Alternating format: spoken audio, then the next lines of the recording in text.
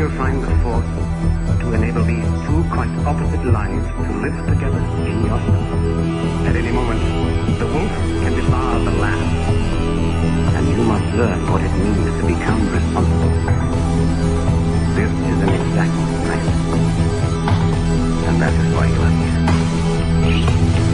From the foreknown history to the unknown future, this is Red Ice Radio. For the Seeker.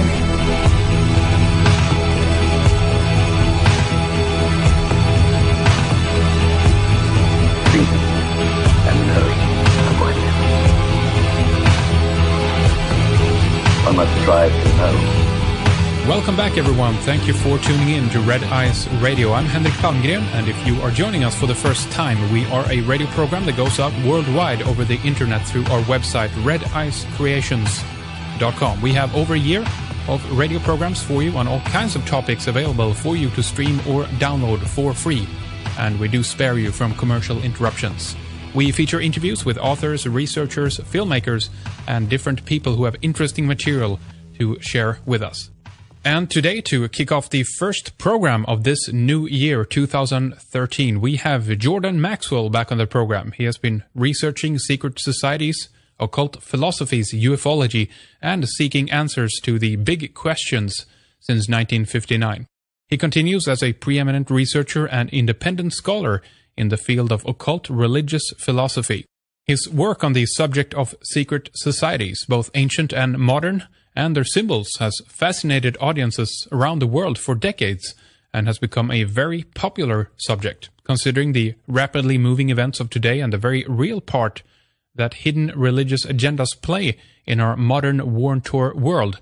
He feels that these controversial subjects are not only interesting to explore, but too important to ignore.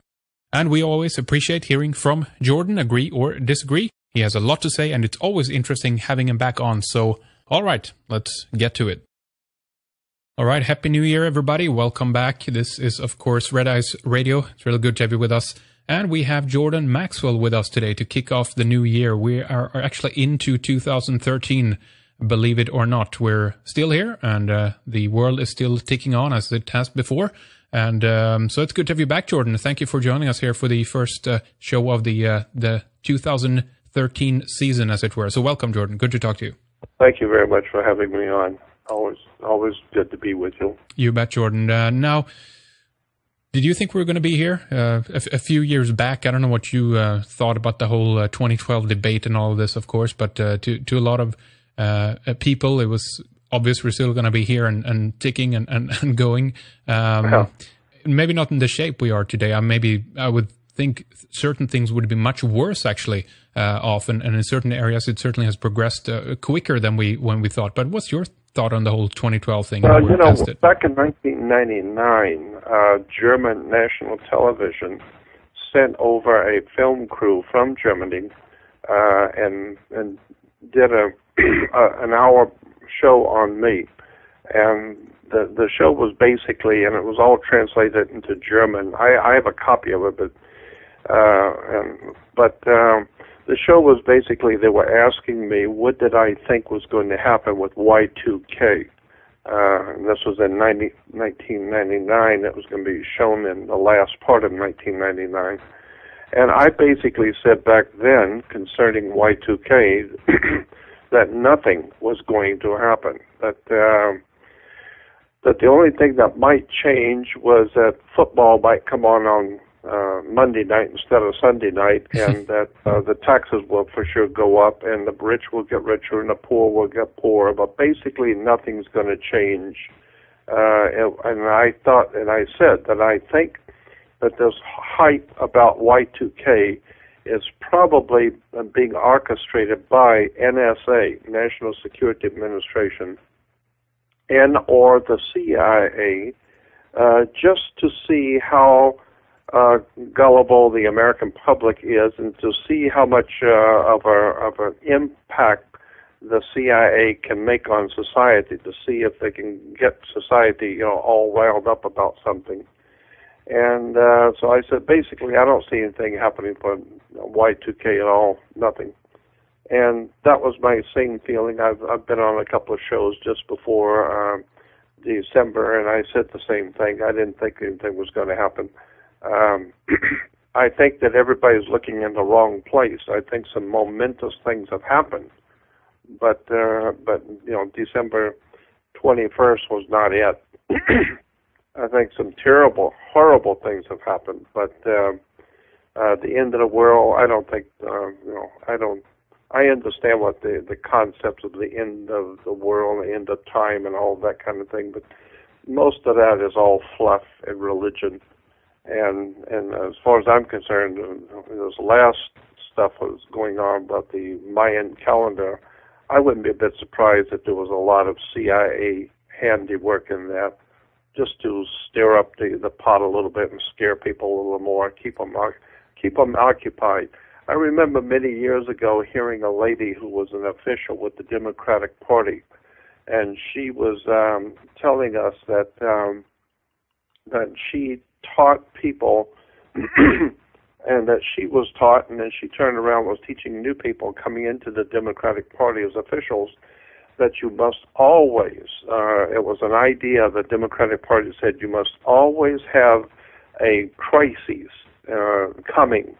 You must always have something that's imminent, some terrible crisis is going to happen, because it keeps the people on their toes, keeps people agitated, and keeps them off balance, because they don't know what's going to happen tomorrow, so they can't get organized. They can't live in peace and prosperity and quietness, so that they can think and plan and understand what's going on. Just keep them occupied with worrying themselves sick about the end, about the media's going to hit, or comet's going to hit, or world war or something. Keep them occupied so that they're always concerned.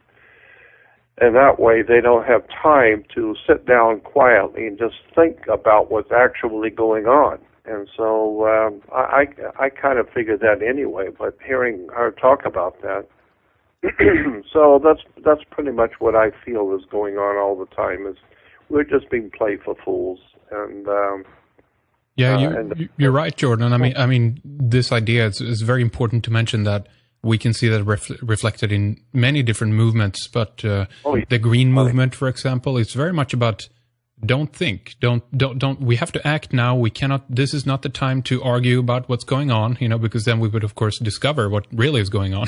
It's of course. Yeah, and I remember when I was growing up, I used to always hear, well, there are two things that we don't talk about in polite company, and that's religion and politics. Yeah. And and I always thought to myself, why?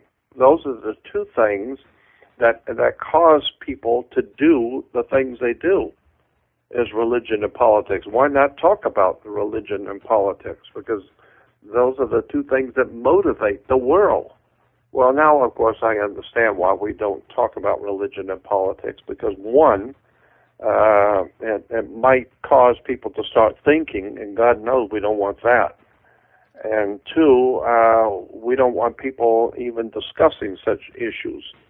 And so that's why we're given plenty of entertainment and ball games and all kinds of computer games and just entertainment galore. We got all kinds of entertainment and distractions so that people don't sit down too long in one place and start thinking too deeply about anything. So it's pretty obvious.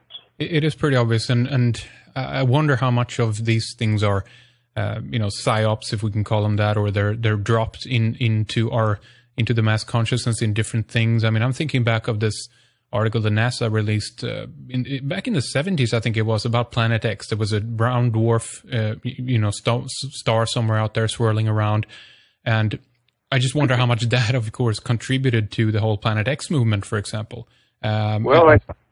I know, you're right. That's exactly right. Because all that kind of stuff, every time you turn around, there's something. Some terrible tragedy is coming on the earth, and the only real tragedy is that the American people collectively have got an IQ of 40. That's the only real tragedy. and nobody's questioning anything. There's a real tragedy there. That's right. So, like I said, there's a lot of horrible things have happened, but December 21st wasn't one of them. Now, what if we look at the deeper aspects of that? Obviously, the most important point is what you just kind of mentioned, that people are occupied. We're being entertained for different reasons. We are not allowed to settle down and think for ourselves. Of course, if we did take personal responsibility, we could just turn off the TV or even turn off the internet in these days, and try to find some real truth, some real balance. We know that we're being played on different ways, but how do you manage the balance between the curiosity of want to try to find out what really is going on? Hence, you have to watch the news, you have to watch the web, but at the same time, kind of keep your distance to it. I think this is something that's very difficult for people, Jordan. Well, for me, it's fairly easy because I'm used to it, only because I've been doing that same thing for so many years. I always keep in mind that anything that you hear on television or in the newspapers or magazines and the media in America, whatever it is, it's most likely a lie. I remember on ABC network radio many, many years ago, a very famous talk show host who was also a journalist, he made an interesting statement that stuck with me for years. He said, if you want to know how corrupt and lying the American media is. Now, this is a guy on ABC Network as a talk show host, and he said, if you want to know how corrupt and lying and trickery is going on in the news departments on the networks, he said, just wait till they do a story on you. Wait till you're involved in something that the news people come in and they will be reporting something, on television and radio and in the magazines concerning something you were involved in. Yeah. And this way you will know because you were there and you were involved in it. Now read what they said happened as opposed to what you know damn well happened. That's right. And he said, then you will see how corrupt the news media really is. Wait till they do a story on you. Yeah, isn't that the truth? I've been involved maybe in 2-3 cases where I've actually witnessed something firsthand and then, seen afterwards how the media portrayed it. And it's been wrong in every case, and you hear that from people all the time as well. They didn't get a thing right, That's why I say it's a wonderful quality, consistency, to be wrong all the time. And you can't be wrong all the time by chance. You've got to be wrong all the time because that's what you're in business to do, is distort the news. Period. That's what news services are there to do, to distort the news, to distort what's going on, to keep the people agitated, ignorant, and ill-informed, and therefore you can control them. It's very simple. I mean, if I were going to be a dictator, I would want people educated. My God, I mean, if people are smarter than you are, why would you even bother to try and be a dictator over people who are brighter than you are and smarter than you are? Yeah. If you're going to be a dictator, make sure everyone in town has an IQ of 40. Do whatever you have to do to keep people stupid, ignorant, on drugs, alcohol, whatever. Keep them busy, and especially keep them occupied with games. Give them a ball game, or and then you start thinking about that. We have soccer ball, baseball, football, tennis, golf balls, all the ball games. This is what you do for kids, children. That's right. If the kids are in your way, you just tell the kids to go out and play. And all over the world, always you say, go out and play with a ball. Go out and play ball. And we even say that in business and in commerce. When you're working for a corporation, they call you in and and they say, are you on the team? Are we hear you're not playing ball? And so these terms have come to be even accepted in business. You're a team player, and they want you to play ball. So I've come to the point where I've just kind of dropped out of society. I see what's going on, and I've been watching it for over 53 years now and talking about it. So I understand where we are now and where we're going. I just think it's really, really horrible that young people are not told anything. They're not given the opportunity to know what's going on, where they're going, where they've come from. And as far as I'm concerned, I don't. It's very difficult for me to be optimistic about the future because I know too much. I've been through too much.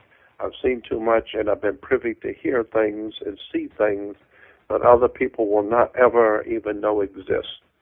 And it's very, very frightening what the future holds for the human race. So we're watching it all happening right now. Do you think that there is? Do you see any way out of this? I mean, I've always thought that the way things are now, basically, the system will have to collapse and crumble. We have to walk away from it and just let it fall, and then maybe something more authentic could kind of rise in its place. And that's a potential positive. I totally believe that. Yep. Yes, because, and the reason why I say that is because when you see. Like when Obama was, the night Obama was elected, all over the world, people were dancing in the streets.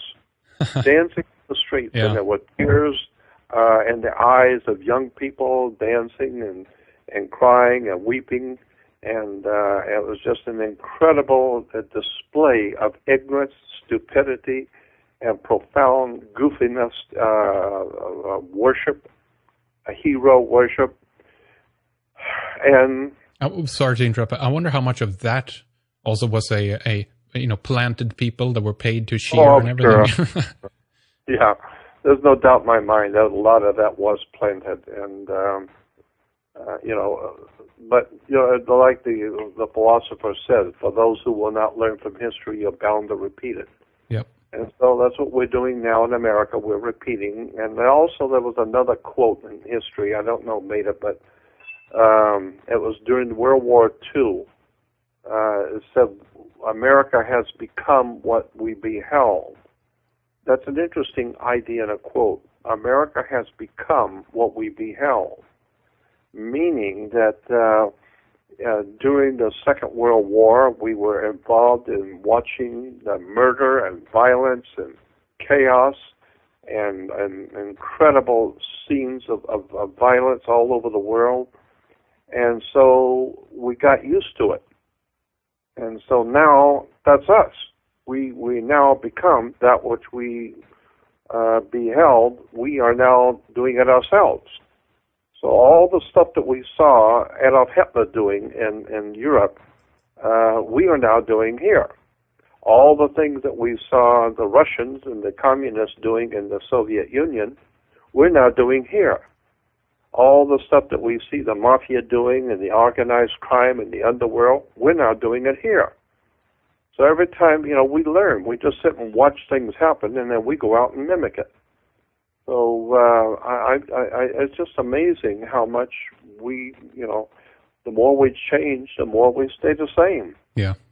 We don't seem to learn from anything. We don't seem to learn. And I will tell you what I think is going to happen.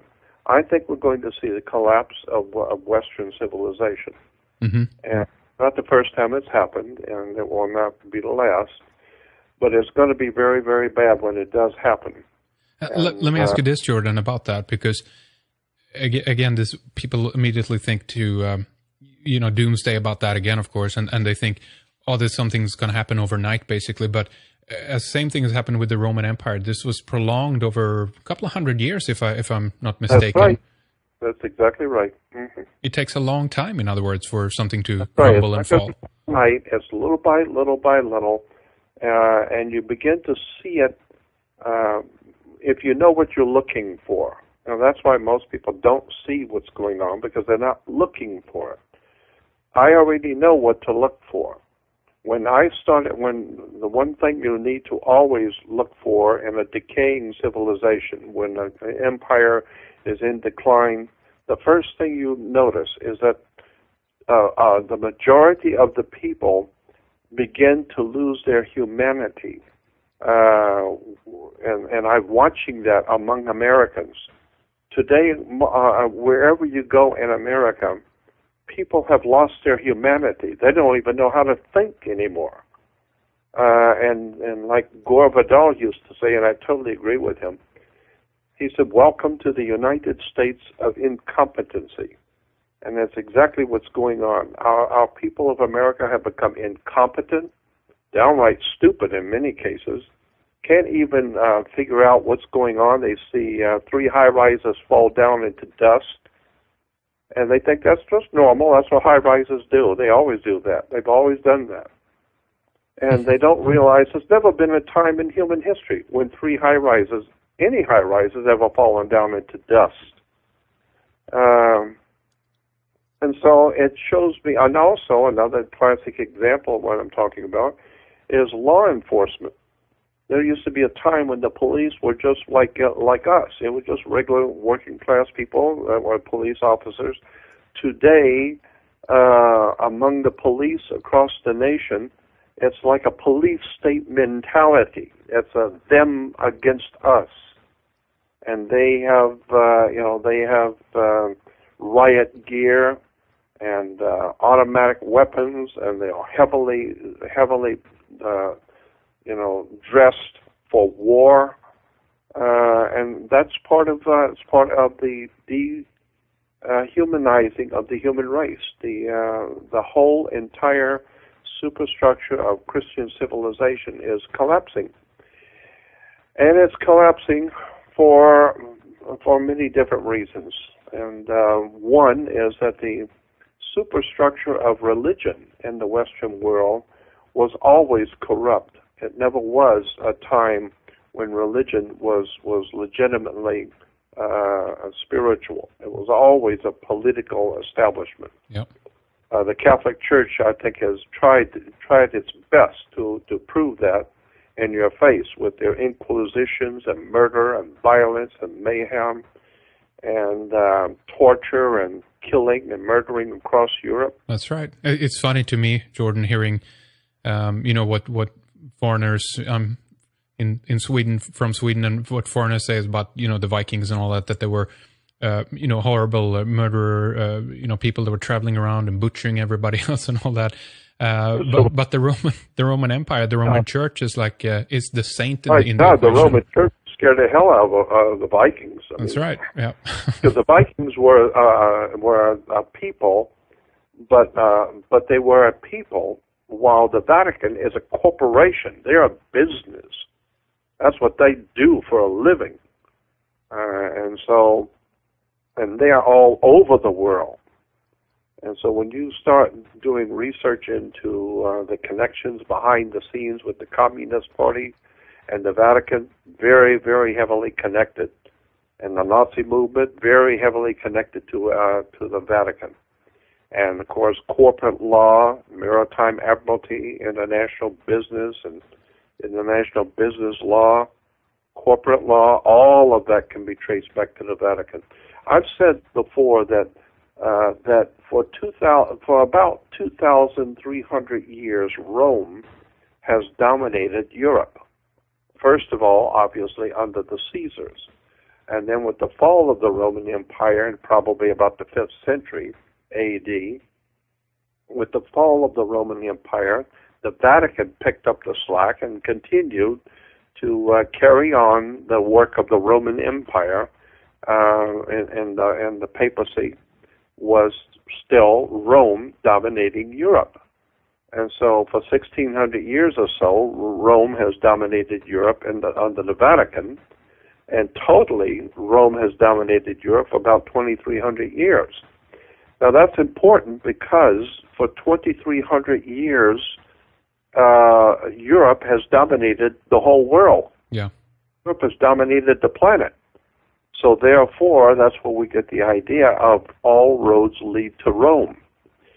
Because Rome has dominated Europe for 2,300 years, and Europe's dominated the earth for 2,300 years. So therefore, all of the racism and violence and wars and bloodshed and corruption and degeneracy can all be traced back to Rome. It all goes back to Rome. So there is some very important things in the Bible, in the New Testament. I don't condemn the Bible, and I don't condemn spirituality. I condemn corporate religion, but I have a very high respect for spiritual things, and especially for the concept of God. I don't have any problem believing in a divine presence in the universe that men have called God. I don't have any problems whatsoever with believing in God. I have a problem with the corporate religions who claim to know God. So that's my thing. But when you look at what one of the most interesting quotes from Jesus was someone came to Jesus and had a seed, and they asked him, "What kind of a seed is this?" And he said, "Put it into the ground, water it, let it grow, and later on, if you find it was an apple tree grew, well, I guess it was an apple seed. And if it was a pear tree came up, well, I guess it was a pear seed. So therefore, the principle is, by their fruits you shall know them." Mm. Therefore, I would then take that and say, well, what is the fruitage of the three major religions of the book? Christianity, Judaism, and Islam all rely on a book. So they're called the people of the book.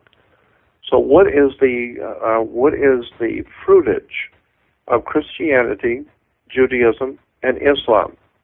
What is the fruitage? For the past 2,500 years, what is the fruitage of those three major religions?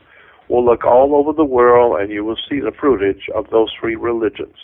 Nothing but violence, pornography, drugs running, world wars, killings, murder. It's just the whole civilization is out of control. Well, that's the fruitage of those three religions. So as far as I'm concerned, the three religions, Judaism, Christianity, and Islam, are nothing more than the work of secret societies. I do believe that there is some very valuable information and material in the Bible, and also in the New Testament story. I mean, when we get into that, that's a whole another story. I mean, it's a whole another subject that I am very, very interested in, is the symbolism and the metaphors in the New Testament. Well, that's a whole different subject. Definitely, we might get opportunity to get back to that a little bit later. I wanted to ask you about what some people argue is that what they claim what we see in the world today is not a product of religion, but it's because people have turned away from religion. They try to argue that it's an occult force in the world, and if people only turned back to the Bible, things would be good. What would you say to that? Well, two things. I understand that thinking, but I'm saying if the religion that you have is not based on truth to start with, then it's going to fall down and break down somewhere. It's going to fall apart sometime, somewhere. It's going to begin to erode and fall apart if it's not based on truth and factual truth. And if it's not based on spirituality, if it's based on politics, and so much of what we call Judaism and Christianity and Islam are more political than they are anything else. And my mother used to say that all the time. There's never been a political movement that wasn't a little religious, and there's never been a religious movement that wasn't a little political. So I believe those three major religions, to begin with, were based on incorrect assumptions, were based on manipulation of the people politically for social ends that had nothing to do with spirituality. Christianity has little to nothing to do with spirituality at all. Judaism has a little bit to do with spirituality, but it's all the occult stuff. And Islam, in my opinion, has nothing to do with anything. It's just an incredible monstrosity. But So I don't see that the three religions have a legitimate spiritual basis for even being here on the earth at all. They serve no spiritual purpose at all, and so therefore, therefore the religion of those three religions have really not offered the human race anything dependable, anything that's concrete. It's a religion. So I see a very, very big difference between religion and spirituality. Oh, yeah, definitely. Now, I wanted to return to a point you mentioned before. You talked about, well, secret societies and subversive and also revolutionary movements that they, might have been guided from Rome, basically. And I want to get your take on the Occupy movement. You've no doubt seen all seen Anonymous. Yeah. They adopted the Guy Fawkes mask, who was, of course, a Jesuit trained man who tried to burn down the Parliament in London. And this, of course, I think all of this has basically been caught on from the movie V for Vendetta, and it's caught on like wildfire. What's your take on this, and how do you interpret some of these symbols that we're getting through these new revolutionary movements right now? Well, I think what it's doing, it's playing on the longing of the peoples of the world, the people that, generally speaking, the regular, normal, everyday person in the street is frustrated and angry because he knows that the world that he lives in is corrupt and evil. And so I think there's a lot of unrest in the world today with governments and with institutions. And so it's a fertile field. All you need to do is get somebody out there like a Martin Luther King or someone who's articulate and can lead a group. And it's a very fertile field out there because people know that the world we live in is corrupt. And so there's a lot of anger and a lot of resentment and frustration. But on the other hand, I also watch the words, the terms, the symbols that are used by these groups, and I appreciate them demonstrating for what they feel is bad about society. But all the time, I'm also well aware that the symbols, the words, the terms, the catchphrases that are being used by these movements are all purely Marxist-Leninist, communist stuff, Nazis, fascism, and so it's the people are being misled by political hacks and people in power, using the frustration of the people. So I mean, I understand the anger and the resentment that the people in the Occupy movement have. I totally agree. But on the other hand, I know also that the symbols and the words and the terms that are used come directly out of Marxist-Leninism. So that's why I'm not too impressed with any of it. It's a red flag for you, I guess. I mean, what's happening under Obama right now in America and everything, you've detailed that about the rising sun and everything, and they're invoking very, very powerful symbolism here.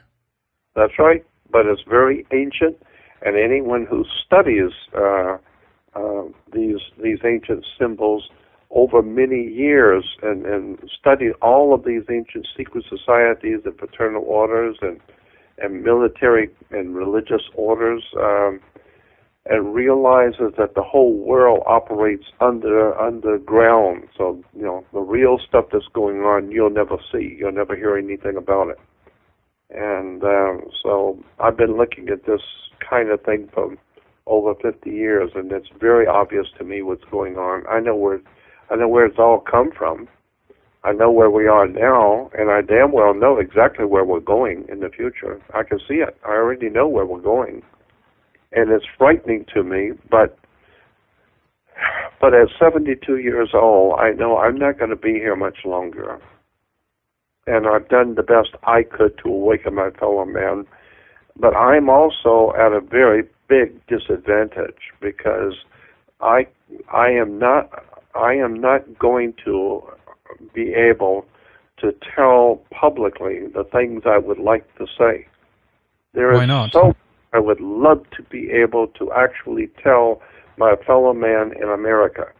but I am frightened to death of my government. I am frightened to death of Washington, D.C., and so I know way more than I will ever be able to tell, because I don't want to be arrested at 3 o'clock in the morning and taken to a warehouse and tortured and find my body in an alley somewhere, because that's what happens in America. If you talk too much, this is America.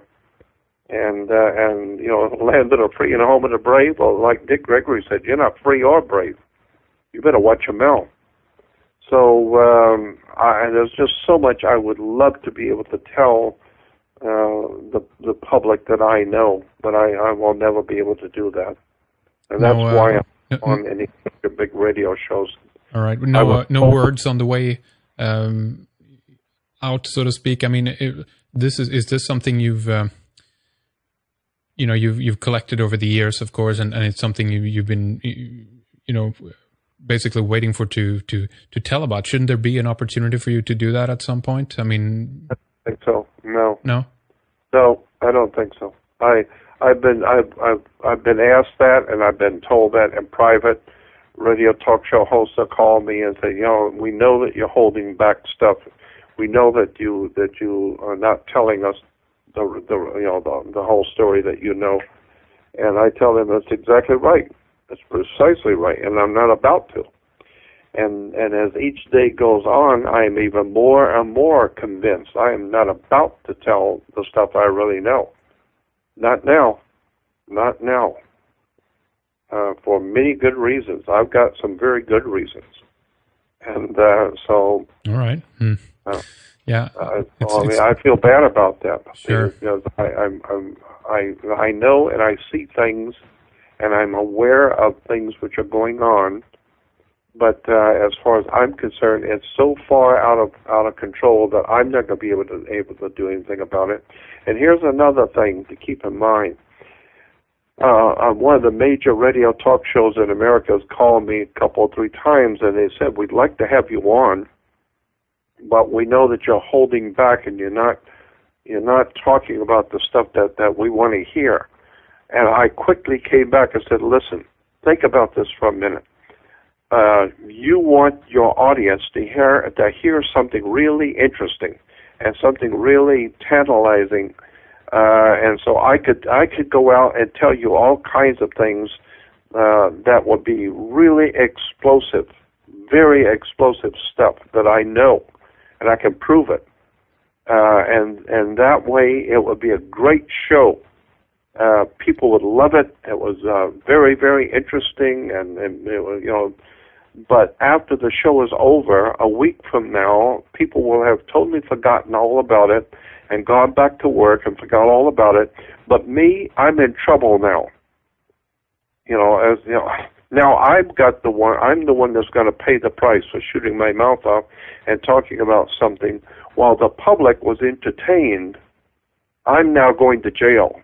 I'm now going to be, I now have to worry and look over my shoulder everywhere I go. Now I have to worry about being kidnapped or tortured or put in prison or put in jail, or they're going to find some narcotics in my car and I'm going away for 30 years in prison. Why? Because I talk too much in public. I know what's going on, and I'm not about to talk about the things I would love to, and I've wanted to all my life. I don't even want to do it anymore, even in private. Even in private, when people come around to talk to me in private, I still don't tell them what I've seen and what I've been a witness to. I have a suggestion for you, Jordan, if you don't mind. And of course, I hate sitting here talking about you not being part of this and being able to talk to you anymore. It's very discomforting, but nonetheless, since we're on that topic, we're talking about maybe a day when you won't be here with us anymore, and why not write it down or let's say record it and keep it a secret, but just enough to be able to tell someone of where they could find the recording or find the paper or what have you that shares and details some of this with us. If I trusted, I wouldn't mind sitting for an afternoon and just talking about all the things that I really would like the people to know. but I would be frightened and fearful that if it ever got out while I'm still alive, I'd be in prison overnight. Aren't there those boxes, I guess, safety deposit boxes that could be released by a will after the fact, and that way someone would have it? I know, again, it sounds horrible to talk about this, but you know what I'm getting at here, right? Of course. Obviously, yeah, I know. It is a big problem because the the more I just sit quietly and watch, the worse it gets. And I'm aware of that saying that all evil needs to succeed is enough good men doing nothing. That's right. And yeah. I understand that. But I feel I've done the best I could and still keep my head and still not be murdered and found dead in an alley somewhere. I've already been threatened by government. I've already had threats against my life. I've already had threats over the years. So at 72 years old, I don't feel like speaking to power. I don't feel like confronting power and confronting powerful people who are mentally disordered and will kill you at a drop of a hat. That's what we've got. Sure, and sure. That's where we are. And so, it's like going on the radio publicly and talking about the mafia. Yeah, yeah. And giving names and giving names, addresses, and phone numbers, and giving all kinds of private and personal information that you're privy to. Well, you better have your own army. You better leave town. You better leave the country. Well, Jordan, there's one thing I just want to mention about this as well, and at least from my own personal, from my point of view, what you've given, me, what you've given us, and I think many people who are listening to this right now as well, who followed your work throughout the years and everything else, is an extremely valuable, thing and an aspect that has to do with a way of thinking, of opening up one's eyes to a bigger reality. I'm not talking about the things that are, that I have to agree with you on 100%, or the matter if you're 100% factually correct on every point. That's not the point here. What I'm trying to get to is the esoteric ideas, the occult ideas when it comes to seeing relationships between symbols, even etymology, the words, how they relate to each other. These are ideas that have opened up. And I mean, I know this radio show wouldn't exist probably if it wasn't for the work you've done throughout the years. And I think a lot of websites and a lot of other shows out there as well,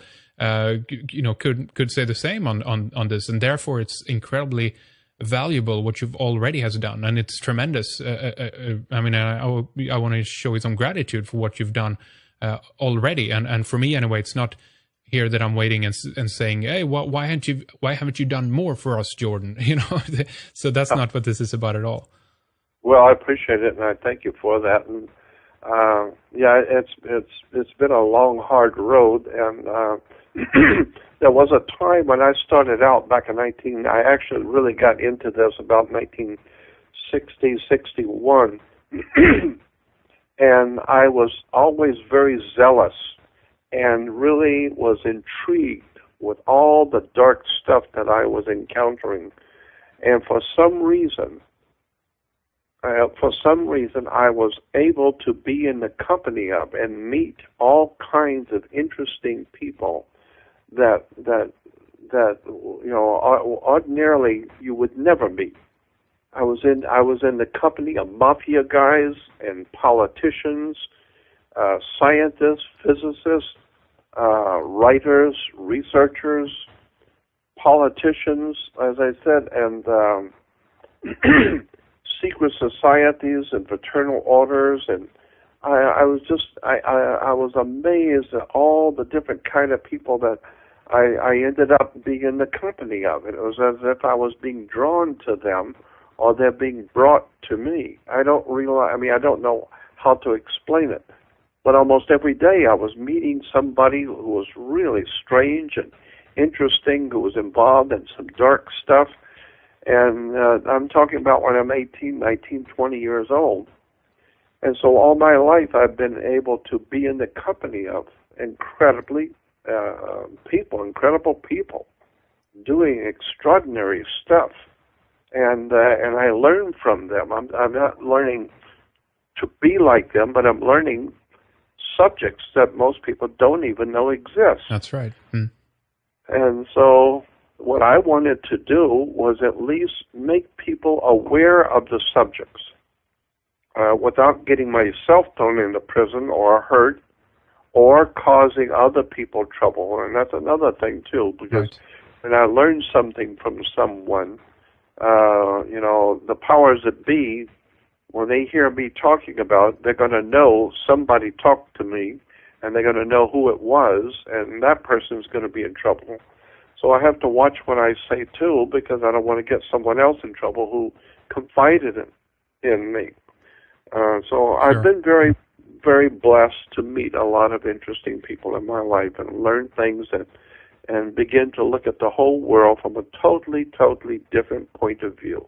Well, that's where I think, Jordan, you've done so well. You haven't, if I can put it this way, held the individuals you talk to in the hand and walked them through the door. You've rather showed them where the doors are or how many different ones there are, and basically just sparked the curiosity. At least for me, that's what you've done with your work, and made me realize how much it actually is out there to look into, and all these tidbits that you've collected, as you say, throughout the years. And I also believe on top of that there is a force in nature or in our world that actually is guiding our individual journey, and that's a force that also want to see much of these hidden things come to light, and therefore it's why you have been shown some of these things, I believe. I for some reason, I have been in the company of extraordinary people. I've met some of the most powerful people in the world, and been in their company, and I didn't realize at the time who they were, but we got along just great. I liked them, they liked me, and we became good friends. And I never question. I don't question who a person is. If they're being nice to me, I'm nice to them. And then I find out who they are, and it's shocking. And I'm thinking, my God, you mean that's who I was in the company of?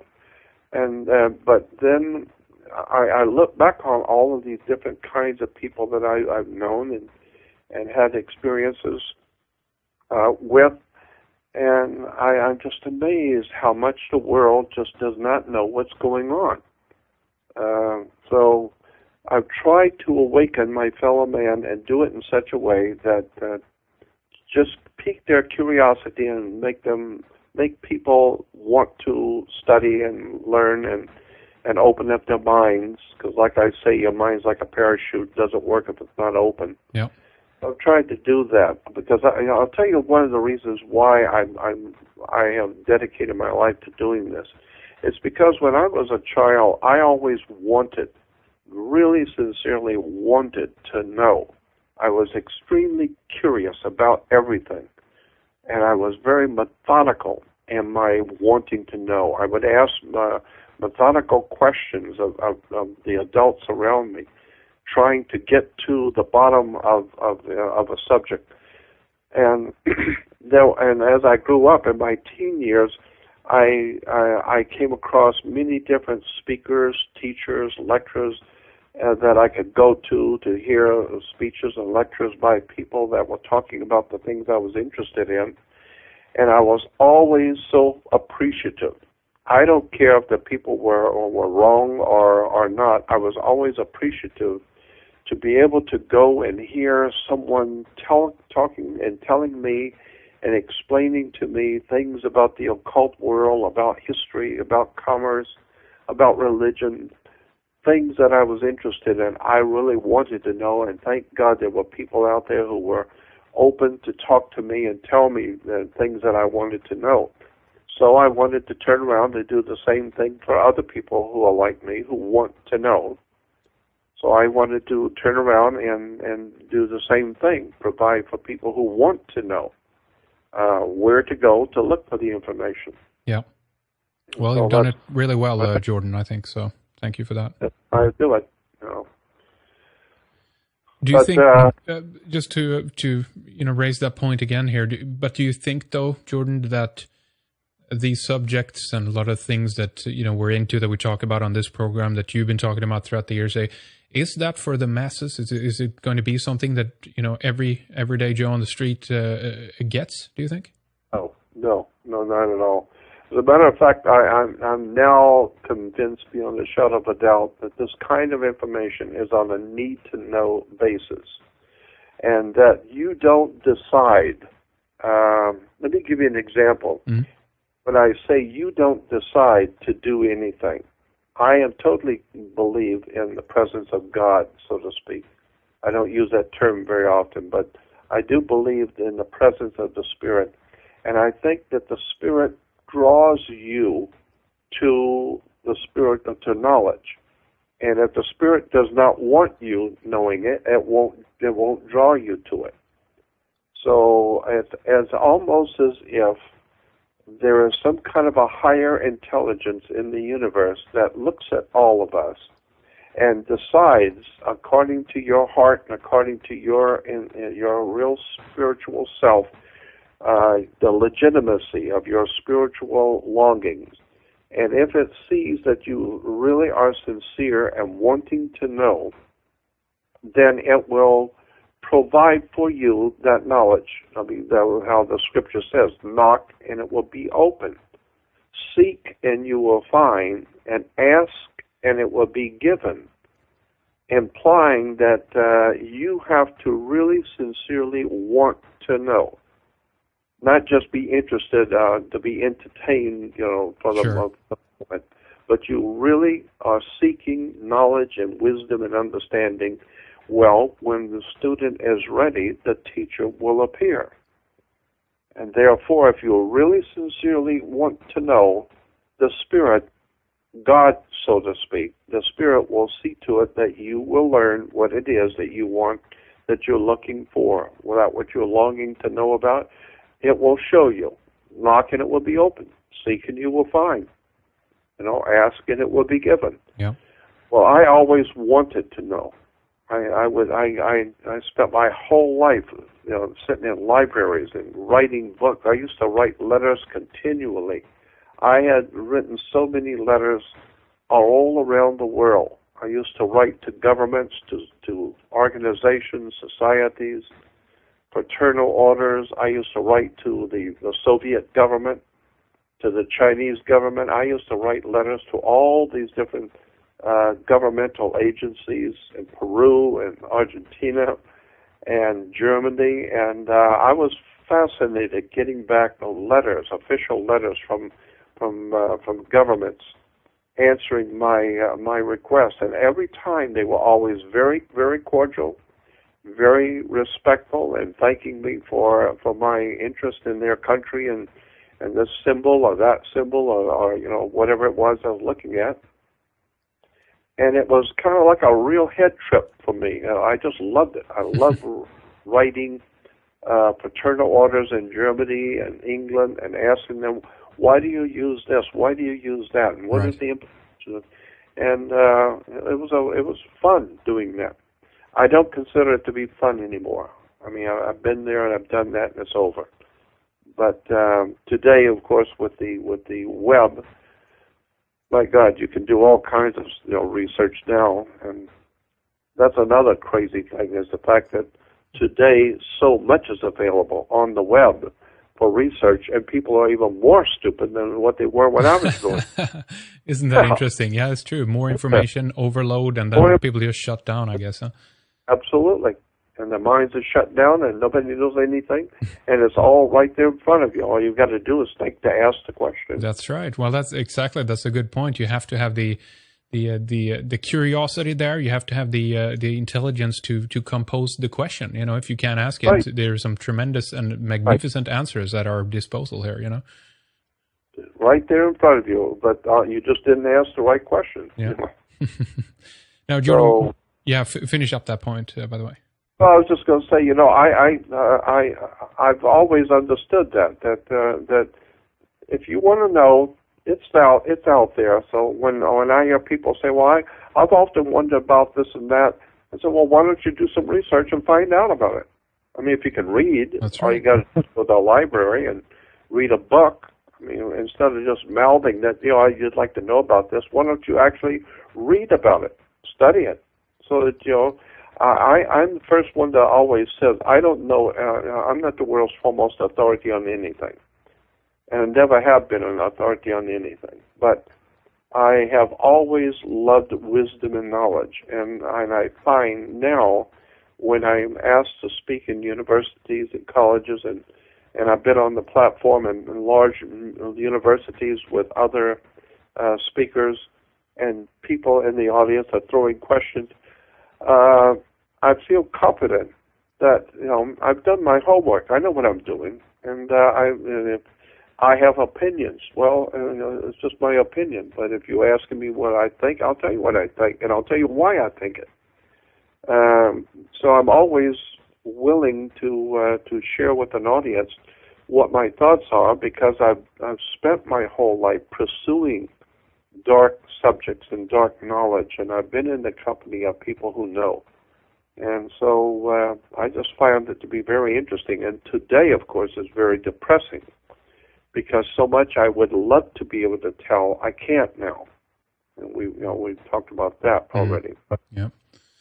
Well, it's very unfortunate, and I hope that you, well, in one regard, do change your mind or think about some of the ideas that I mentioned to you, that there are ways to disseminate this information after the fact. You don't have to be in a position where you're afraid, to share with the world. But that's ultimately your decision. It's your life, and it's your knowledge in that regard. But I mean, overall, I very much appreciate the work that you've done, and I think you made a tremendous contribution to the ideas of finding answers about these esoteric, occult, and symbolic subjects that I as well have been so interested in over the years. So I appreciate your work very much. Now, listen, Jordan, before we take a break here in a few minutes, I want to just talk a little bit about your website here, so that we can make sure we give out the correct one, and you can mention how much you want to about that, of course. But let's make sure we have the correct URL so people know where to go to find it. First of all, Jordan.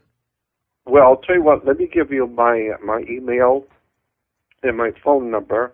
I'm always interested to have people call me or email me. I try always to make myself available to everyone on the phone and answering. I live by myself, and I have no help, so I can't answer all the emails, but I do the best I can. But if you want to email me, it's jordanmaxwell@gmail.com. But the Jordan does not have an A. Ordinarily, it would be JORDAN. But there is no A in my email, so it's JORDN Maxwell@gmail.com. And my phone number is 818-514-6294. That's 818 in Los Angeles, 818-514-6294. So you can email me or call me. I'll try and get back to you, and because I try and make myself available to everyone, because I was always appreciative of people that I wanted to talk to, that I had heard on the radio or attended a lecture, and I wanted to talk to them, and when they would take the time to talk with me and help me, I always appreciated that very much, and so that's what I want to do. I want to be able to make myself available to anybody who, as best I can. Absolutely. Yeah, that's really good that you can do that, or you want to do that, of course. And same here. I wish I could talk to everybody. There's just not time. That's the bottom line. Nothing would be done. No, you're right. You're right. That is difficult too, because there is a shortage of time, and I'm 72 years old, and I tell people all the time, I'm not here to entertain anyone. Sure. So I don't want to have people calling me because they want to sit and shoot the breeze and chit chat. Because I'm 72 and I don't have time to chit chat. I don't have time. Time is of the essence for me. I mean, there's so much I want to do and need to do and want to do. I just don't have the time, but I always try to make myself available. Okay, well, that's really good. Well, we'll ask people to respect that when you do contact Jordan on the details he just gave out, you're concise and to the point, of course, and have something direct to talk about, and you can get in contact there. Now, do you want to mention your URL as well for the website that we talked about before? Well, you know what? See, my website that I've had for so many years is no longer in my care. My webmaster took it from me, so I don't have it anymore. And so I don't have anything anymore. It's all been taken from me. So I do have a new website for a radio show that I'm kind of thinking about doing, and so we put a website up for it. It's called the Jordan, and it's just Jordan Maxwell Show. But it's really just a home page. There's nothing on it. We put it together for a possible radio show in the future. But if you wanted to talk with me at all, the best way to do that is email me, because I live on my computer. I don't go anywhere, so I live on the computer. So I get my emails continually during the day, and I try and answer them. And again, it's jordanmaxwell@gmail.com, and the Jordan does not have an A. So just email me, and I'll try and get back to you. And when I get my website back from the people who stole it from me, then I'll let the world know I'm back on track again and have my website back. And then then I can do a lot more. Right now, I can't do anything because I don't have anything. All right. Well, we'll hope that everything goes well there. And of course, in the meantime, as Jordan said, then jordanmaxwellshow.com will get you to his temporary website. We're going to continue with more here in a little bit. We're going to take a break at this point. Thank you for the first segment, Jordan. Stay with us, and we'll be right back. And in the second hour, we'll begin on the British-Israel World Federation movement and talk about September 11th as an important date for the creation of a new kingdom. Jordan moves on to talk about higher intelligences that has been manipulating humanity for ages, leading and overshadowing us. He says different factions of higher beings that are at war with each other are basically playing with mankind. We'll explore the phenomena of reincarnation, free will, psychic ability, and the question of why, who, and where. Jordan ends with a personal UFO story from the 1950s. And as we round up the first hour with Jordan, I want to let you know that we have a member section with much more radio. Hundreds of hours of interviews going back to 2006, plus videos, films, commentary, and more on redicemembers.com, where you can sign up for a membership. And we'll return with much more